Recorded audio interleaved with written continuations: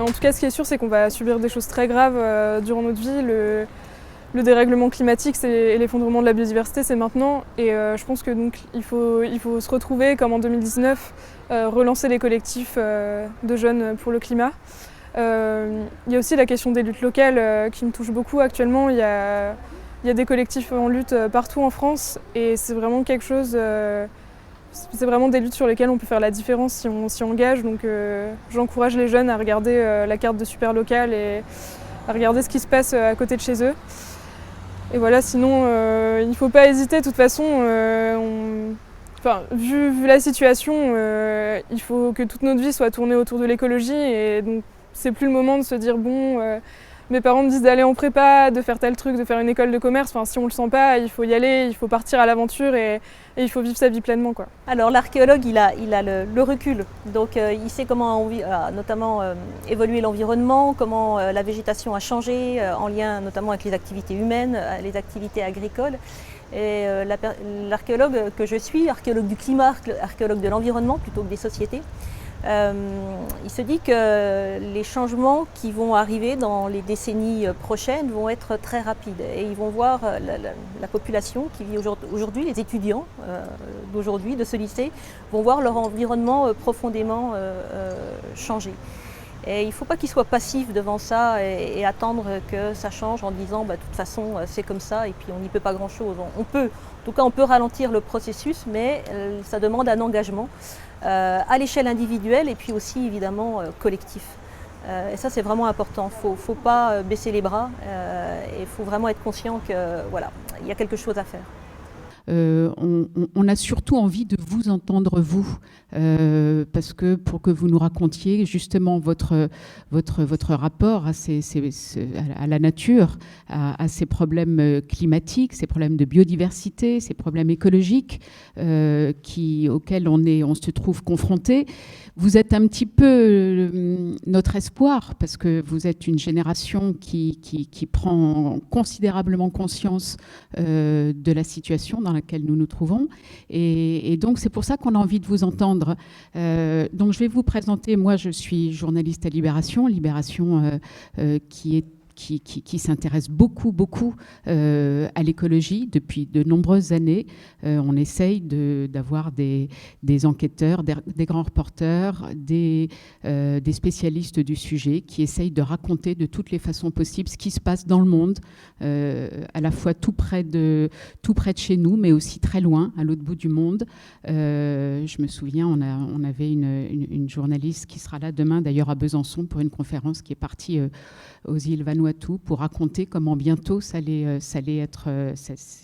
endroit allait être submergé par les eaux.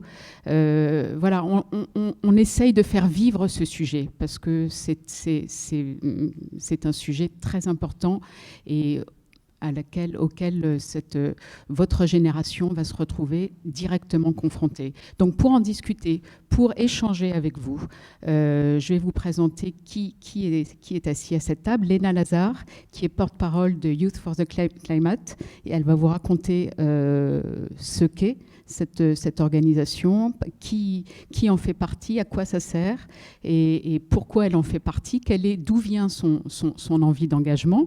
Marie Desplechin, qui est écrivaine, qui est très engagée sur ces questions aussi. Elle va vous raconter pourquoi, comment elle essaye peut-être de faire passer je ne sais pas si on peut appeler ça un combat, mais en tout cas cette conscience à travers peut-être l'écriture. Et puis Émilie Gauthier, vous êtes archéologue et vous êtes enseignante à l'université Bourgogne-Franche-Comté, voilà.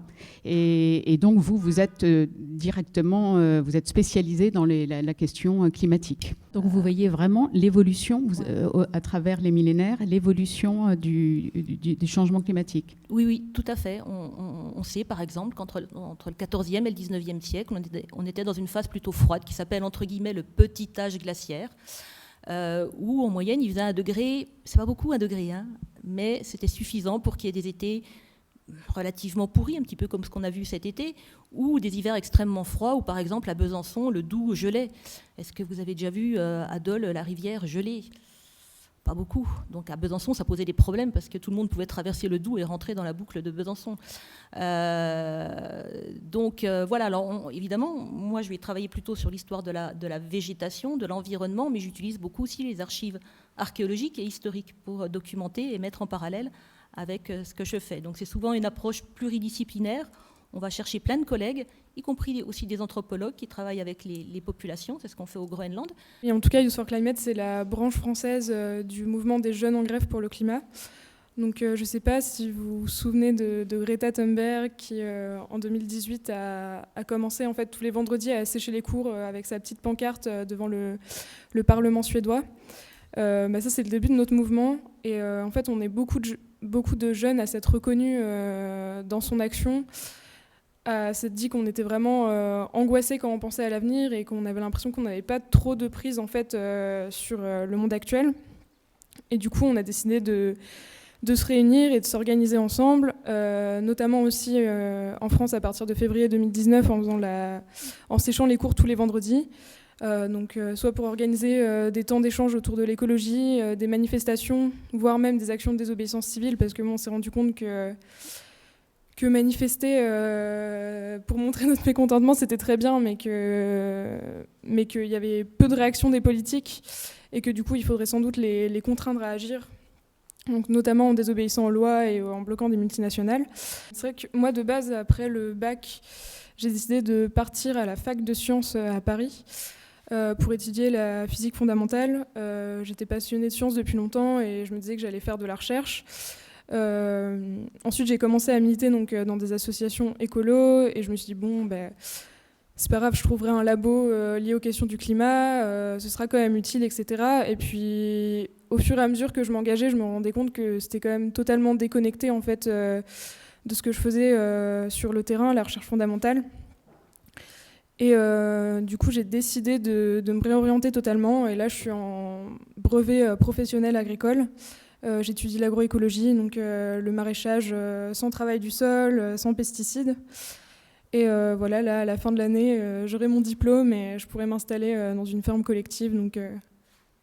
Et déjà au XIXe siècle, il y avait des gens qui disaient que le changement qu'on faisait sur notre environnement, il y a un moment où il allait falloir y réfléchir. Donc en fait, quand j'avais votre âge, c'était une question à laquelle j'étais sensibilisée parmi d'autres questions. Il y avait les questions du féminisme, il y avait les questions de l'égalité sociale. C'était une période assez marrante, les années 70. Pour les gens de mon âge, en fait, on s'est beaucoup plus amusé que vous vous amusez. Et après, sont arrivées des années qui étaient plus dures. Enfin, je ne sais pas, c'est pareil pour ma génération, et où la société s'est mise à énormément consommer. Tu as eu le développement d'un tas de choses, en fait, de la mode pas chère, avec plein de collections, de l'aviation low cost. Tout le monde s'est mis à parcourir le monde dans tous les sens, à dépenser, à consommer, ce qui n'était pas du tout la mentalité avant. Et en fait, on se rend compte que sur l'espace de 30 ou 40 ans, qui est mon temps de vie adulte, on a complètement gâché votre patrimoine. Ça s'est passé super vite, l'accélération. Donc moi, je participe à ça d'une certaine façon, en le voyant, mais sans vraiment me défendre.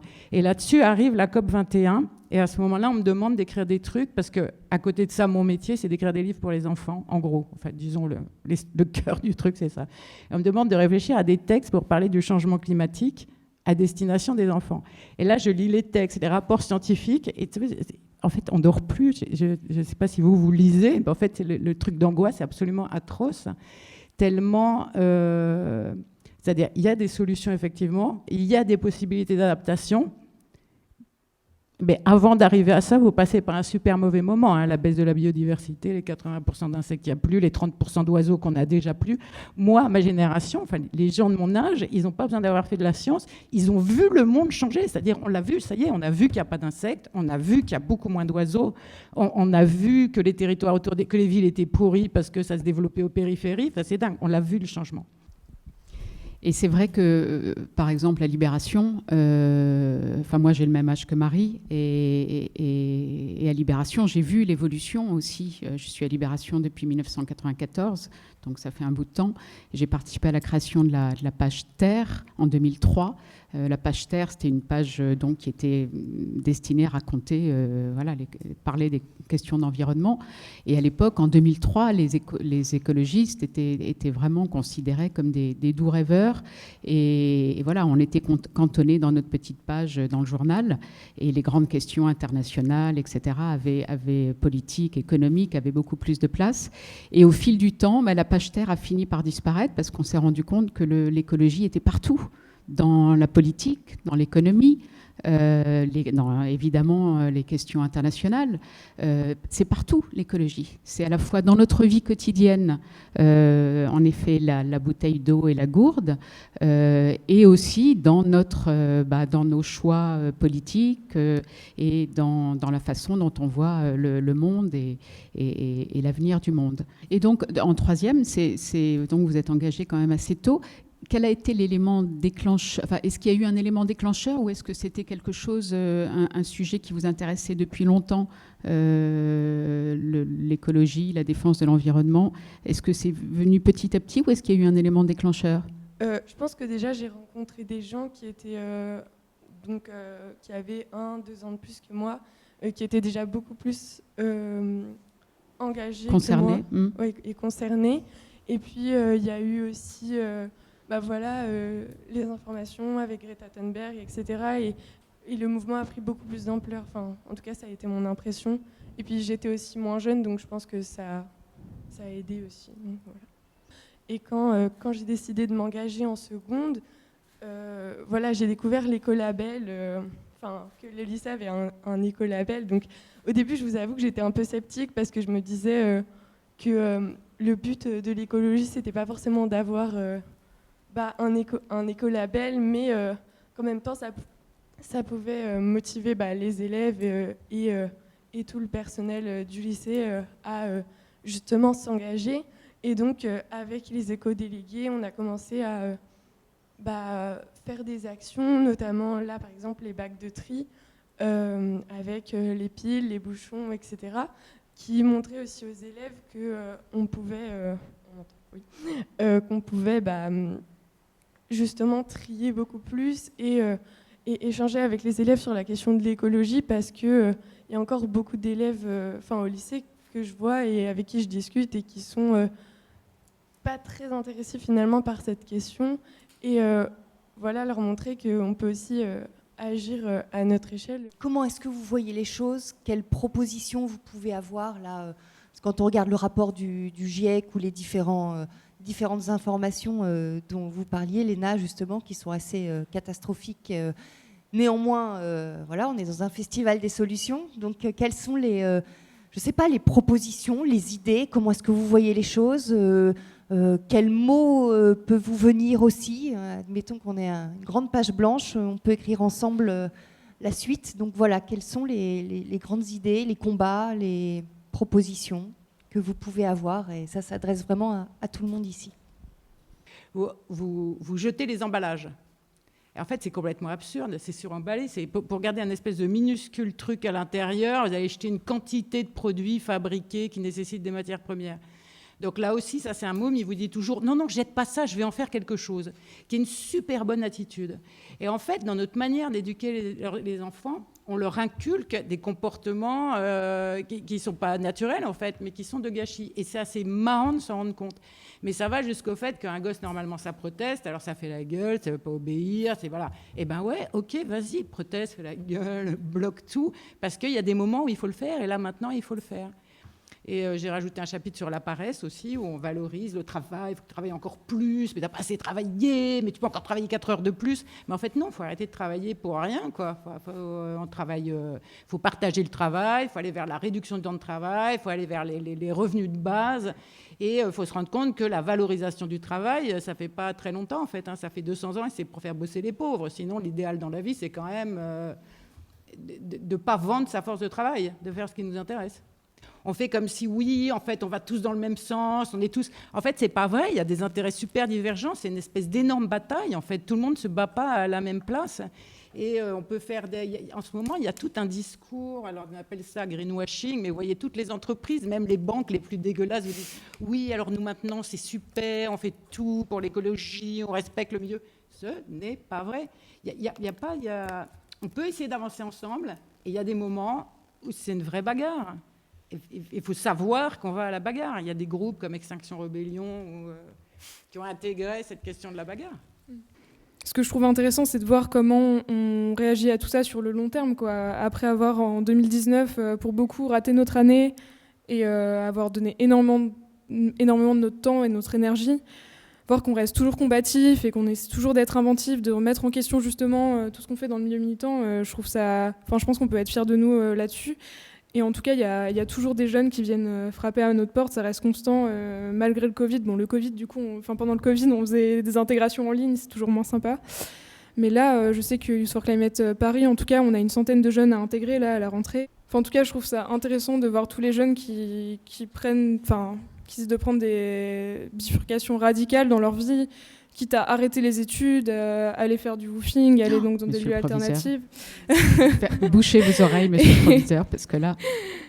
Et voilà, qui décident donc de créer des écolieux vraiment militants, engagés. Tout ça, je trouve ça assez impressionnant. On peut faire croire aux gens les plus jeunes qu'en fait, ils ne peuvent pas. C'est-à-dire qu'ils ne peuvent pas inventer ou qu'ils ne peuvent pas prendre de responsabilités, qu'ils ne sont pas encore en situation d'eux et qu'il faudrait attendre d'avoir une forme de majorité qui vous autorise. Mais en fait, quand on voit dans l'histoire, pas du tout. Il y a un tas de gens de 13-14 ans qui sont des inventeurs, qui sont des leaders politiques. Iqbal Masih, par exemple. Il y a même des enfants, en fait, qui s'engagent et qui changent le monde. Et sur les inventions scientifiques, là, j'étais pas sous les mains, mais j'en avais cherché. Le nombre de choses qui ont été inventées par des gens entre 12 et 15 ans, vous n'imaginez pas, c'est ahurissant. Donc, en fait, il y a aussi une espèce de... On peut pas le dire, parce que là, on a une classe, alors ils sont obligés d'être là, alors ils sont tout mous, et voilà. Mais il y a une sorte de prise de pouvoir par la jeunesse que, quelquefois, on espérerait voir venir quand on est vieux, quoi. Voilà. Ça va être compliqué, parce que ça demande un changement de nos modes de vie, hein, et puis il va falloir que les politiques aussi aillent vers ce changement. Mais il ne faut pas croire qu'on ne peut rien, soit qu'on va subir finalement.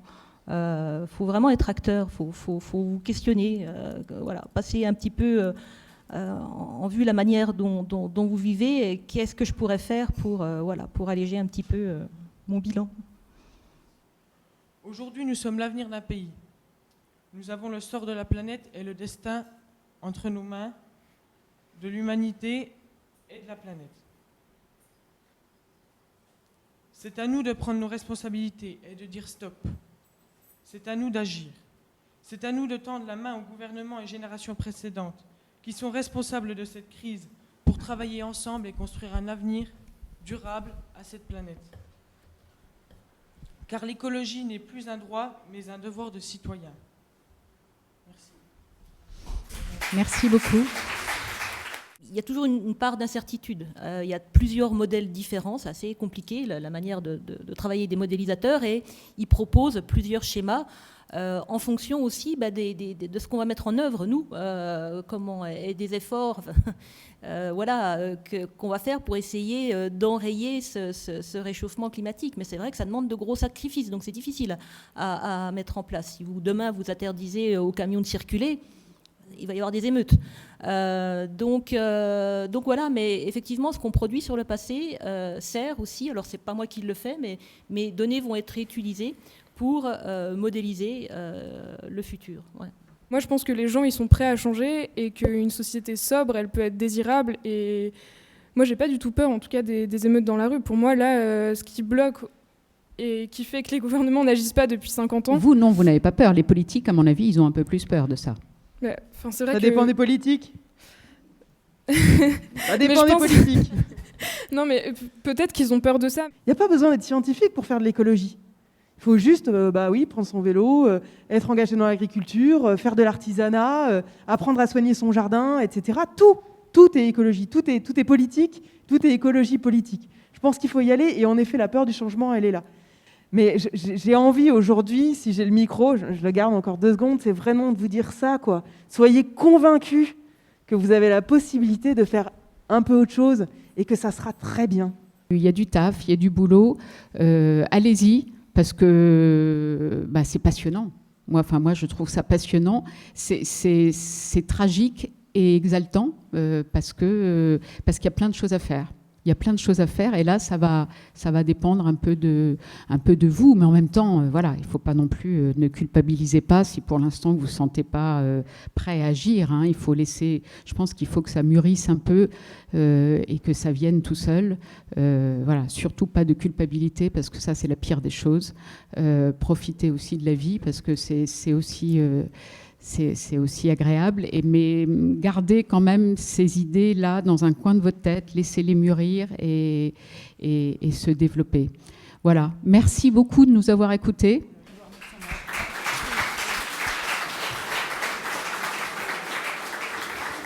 Notre génération a été incapable d'inverser ou de résister à la tendance.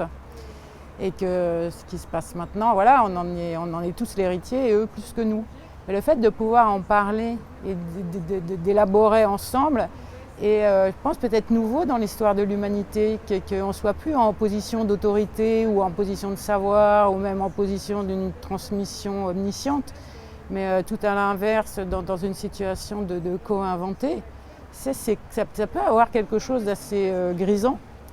Donc, je pense que c'est au moins un message comptant, ce qui est pas mal dans une situation qui pourrait donner des motifs d'insatisfaction. Ça, c'est excitant. Je pense que c'est une très bonne chose, qu'il faut aussi montrer aux gens que justement il y a des solutions et que c'est pas pour qu'ils ne se désespèrent pas en fait, pour qu'ils puissent voir qu'il y a des choses à faire et qu'ils puissent avoir des exemples, puisque quand on dit simplement il y a des solutions, c'est pas forcément très parlant, alors que justement ce festival peut mettre des idées concrètes.